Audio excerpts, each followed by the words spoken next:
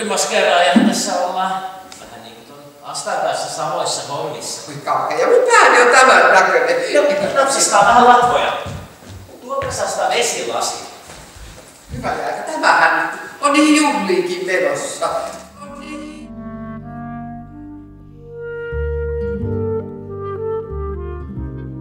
Vähän ehostusta, eikös? No jos nyt ihan vaan vähän sipaset. Minä en ole koskaan itsestäni välittänyt. Näin niin kuin luojan luomana. Sitten piristetään vähän tätä luojan luomaa.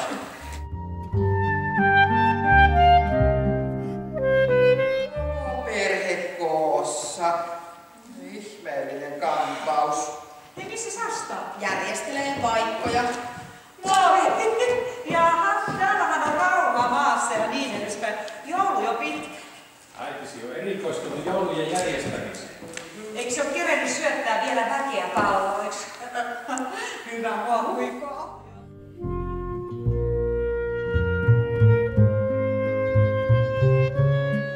Tarjoaa liköörit.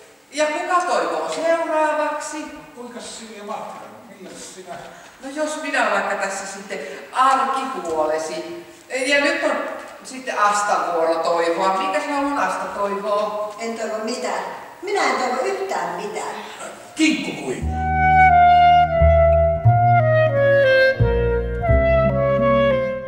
Siellä sitten törmäät kaikenlaisia. Meidän perheessä ei ole koskaan tarvittu mitään psykiatreja. Kuuluu. Aina on pärjätty itse ja ihan hyvin on mennyt. Tiedättekö sitä mitä? Mulla on vaan uusi poikaystävä. Sen nimi on Jopi ja se on hyvä sängyssä. Tästä tiedät.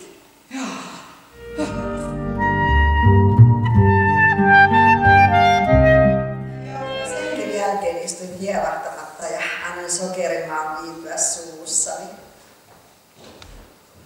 Mutta äiti se on niin iloinen. Jonkun hetken itse valitsemansa.